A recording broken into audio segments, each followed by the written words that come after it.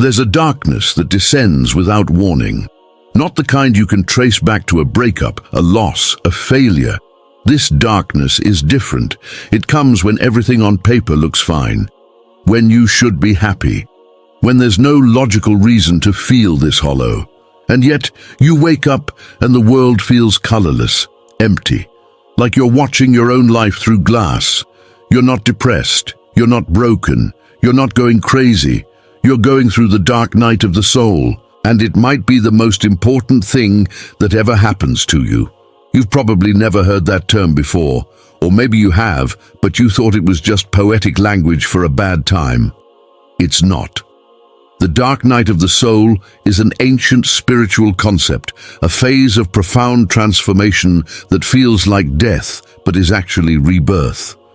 It's the moment when everything you thought you knew about yourself, about life, about meaning, crumbles. And you're left standing in the rubble, wondering who you even are anymore.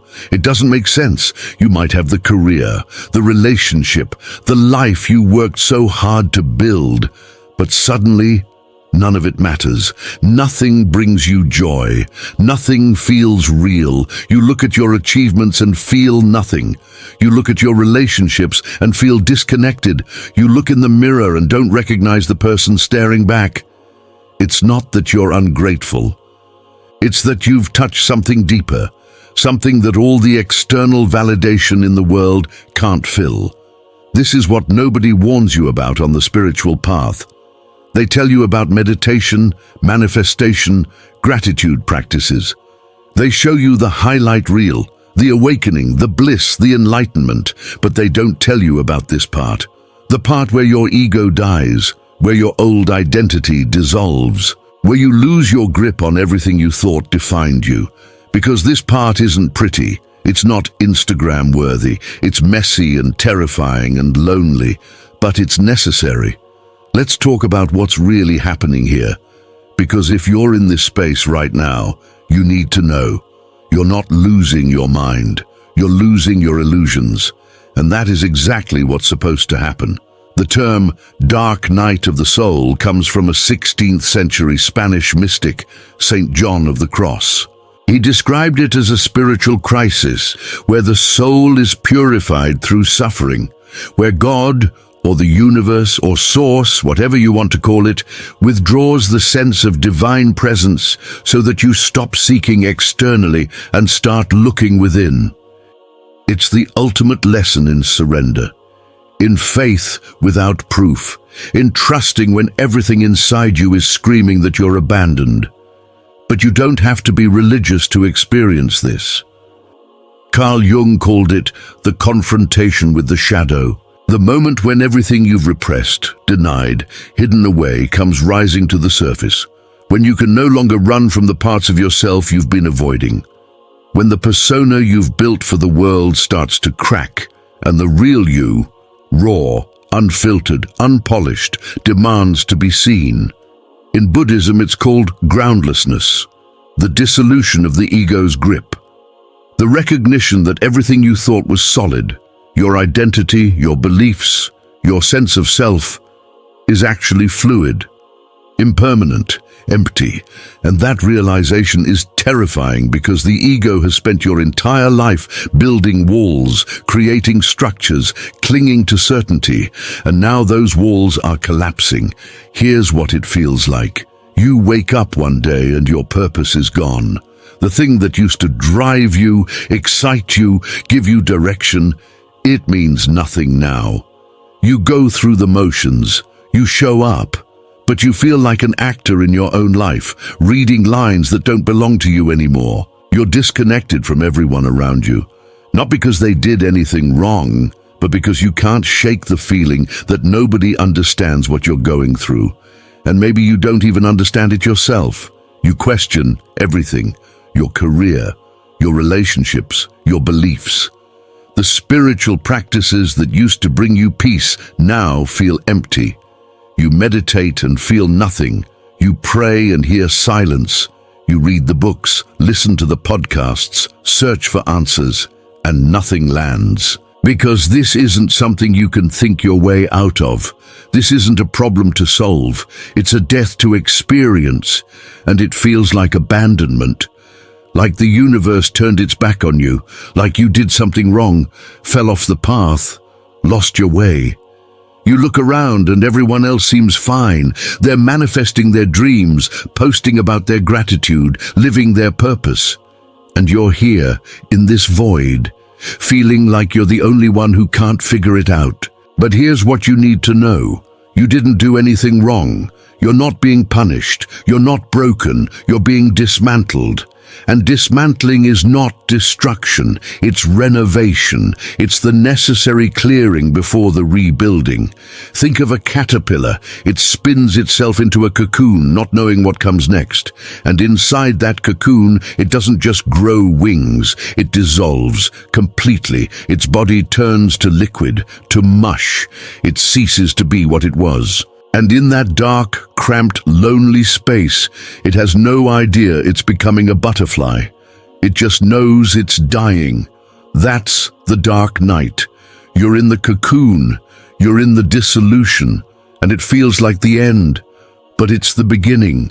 The dark night comes when your soul has outgrown the life you've been living, when the old version of you, the one built on external validation, societal expectations, borrowed beliefs, can no longer contain who you're becoming. Your higher self is calling you forward, but the only way to get there is to let go of who you were. And letting go feels like losing yourself, because in a way, you are. This is why it's so disorienting. You're not just changing your mind about a few things. You're undergoing an identity death. The person you thought you were, the achiever, the helper, the strong one, the spiritual one, the independent one, that persona is dissolving. And underneath it is something truer, something that doesn't need the labels, the roles, the masks. But to get to that truth, you have to sit in the unknown, in the emptiness, in the void. And the void is terrifying, because we're taught to fill it, to distract ourselves, to stay busy, to fix it, to medicate it away with work, food, substances, shopping, scrolling, anything to avoid feeling the enormity of the emptiness. But the dark night doesn't let you do that. It strips away your distractions. It makes everything that used to numb you feel hollow. It forces you to sit with yourself, with the silence, with the questions that have no answers. Why am I here? What's the point?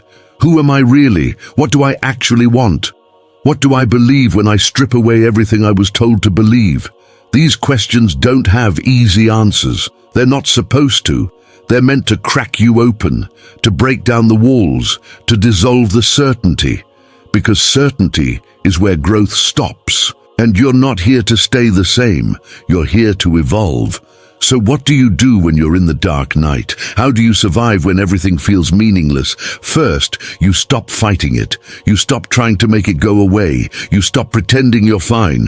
You stop forcing positivity. You stop spiritual bypassing your way around the pain. Because the only way out is through. And fighting the darkness just prolongs it. Resisting the process just makes it harder. Surrender is not giving up. Surrender is acceptance. It's saying, I don't understand this, I don't like this, but I'm willing to go through it. If this message resonates with you, subscribe to the channel and join a community of awakened souls walking the same journey of spiritual alignment. Second, you let yourself grieve, because you're losing something. You're losing the old you, the old life, the old dreams, the old identity. And even if that version of you wasn't authentic, even if it was built on lies and limitations, it was still yours. You still invested in it, you still believed in it. So let yourself mourn, cry, scream into a pillow, write letters to the person you used to be. Thank that version of you for getting you this far, and then let them go. Third, you simplify. You strip your life down to the essentials. You cancel the commitments that feel forced. You step away from the people who drain you. You stop performing. You stop producing. You give yourself permission to just be, not to achieve, not to prove, just to exist, to breathe, to rest. The dark night is not the time to push, it's the time to pause, to create space, to stop filling the void, and instead explore it. Fourth, you find anchors, small, simple things that remind you you're still here, still alive. A walk in nature, a warm cup of tea, a song that makes you feel something, a journal where you pour out the chaos, a trusted friend who can hold space without trying to fix you. You're not looking for answers. You're looking for presence, for tiny moments of groundedness in the groundlessness. And fifth, you trust, even when it feels impossible, even when every part of you is screaming that you're lost, that you've failed, that you'll never find your way back. You trust that this is part of the journey, that the darkness is not your destination, that somewhere on the other side of this, there's a version of you that's more authentic, more aligned, more free than you've ever been. Because here's the truth. The dark night doesn't last forever. It feels like it will. It feels like you'll be stuck in this void for the rest of your life. But you won't. This is a phase, a passage, a portal. And everyone who has ever walked through it and come out the other side will tell you the same thing. It was worth it.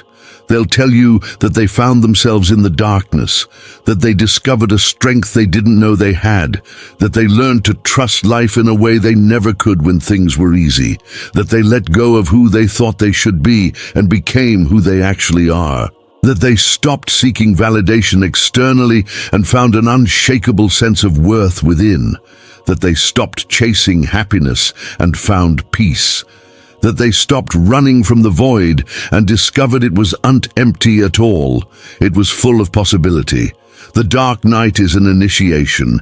It's the universe asking, are you ready to stop living someone else's life? Are you ready to release the need for control? Are you ready to trust something bigger than your ego? Are you ready to be reborn? And the rebirth is not what you expect. You don't come out of this as some enlightened master with all the answers. You come out as you, the real you, the you that doesn't need to prove anything, the you that's comfortable with uncertainty, the you that knows joy and suffering are both temporary, the you that's no longer afraid of the darkness because you've been there and you survived. You come out softer, but stronger, more vulnerable, but more resilient, less attached to outcomes, but more committed to the process. You stop needing life to look a certain way. You stop needing people to validate you. You stop needing to know the plan. You learn to dance with the unknown, to trust the unfolding, to find meaning not in the destination, but in the becoming. And here's what's wild. After the dark night, life doesn't necessarily get easier. You still face challenges. You still experience loss. You still have bad days. But your relationship to it all changes. You're no longer shattered by the storms because you've touched the part of you that the storms can't reach. The part that's eternal. The part that's always been whole. The part that's always been okay, even when nothing else was. You start to see the dark night not as a punishment but as a gift. A painful gift, yes, but a gift nonetheless. Because it broke you open. It stripped away the pretense. It forced you to confront the truth of who you are beneath the roles, the achievements, the expectations. And that truth is more beautiful than anything you could have constructed. So if you're in it right now, if you're reading this from the depths of the void, wondering if you'll ever feel okay again, hear this. You will. Not because someone is going to rescue you, not because the perfect opportunity is going to appear, but because you're going to find your way back to yourself. You're going to remember that you are not your circumstances. You are not your thoughts. You are not your feelings. You are the awareness behind all of it. The consciousness that witnesses the storm but is not destroyed by it. You are the sky, not the weather, and the dark night is just a particularly intense storm system moving through. It's loud, it's overwhelming, it blocks out the light, but it doesn't last. It can't, because storms move, they pass, and when this one does, you'll still be here, still standing, Still breathing, still you, but a version of you that's been tempered by the fire, clarified by the darkness, reborn in the void. This is not the end of your story. This is the plot twist. This is the part where the hero faces the abyss and discovers they're stronger than they knew. This is the part where everything falls apart so it can come back together in a way that actually makes sense. This is the part where you die to who you were so you can become who you're meant to be. So stop fighting, stop resisting, stop thinking you're doing it wrong. You're not going crazy. You're going inward. You're going deeper. You're going home. And yes, it's dark. Yes, it's scary. Yes, it's lonely. But you're not alone. Every mystic, every spiritual seeker, every soul that's ever truly awakened has walked this path, has felt this emptiness, has questioned everything. And they all emerged transformed. You will too. Not because I'm telling you to stay positive, but because this is how transformation works. It's messy, it's painful, it's disorienting, and it's necessary. You can't become the butterfly without first dissolving in the cocoon. You can't step into your power without first releasing your grip on control. You can't find your true self without first losing the false one. So breathe, trust, surrender. Let the darkness do its work. Let it strip away what's no longer serving you. Let it clear space for what's coming. Let it teach you how to be okay with not being okay. Because on the other side of this, you're going to look back and realize the dark night wasn't the worst thing that ever happened to you. It was the best.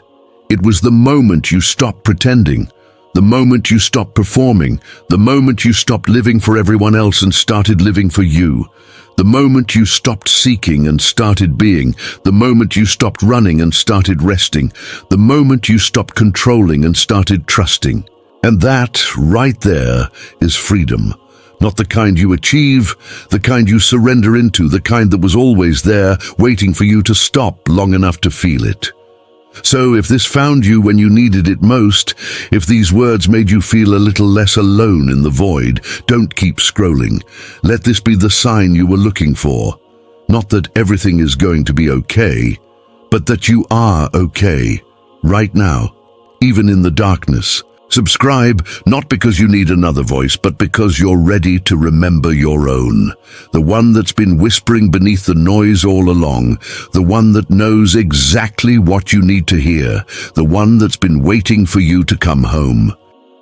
To celebrate your arrival, we've prepared a gift, a guide to help you navigate your inner transitions with clarity and elegance. Alignment. 7 phases of consciousness awakening. Download your copy from the link in the description. The Cipher of Inner Stillness is a poetic journey through the hidden geometry of peace. Blending mystical philosophy, Jungian psychology, and cosmic symbolism, this ebook reveals that silence is not the absence of life, it is its source. Discover this and other codices that transform the way you see the universe through the link in the description.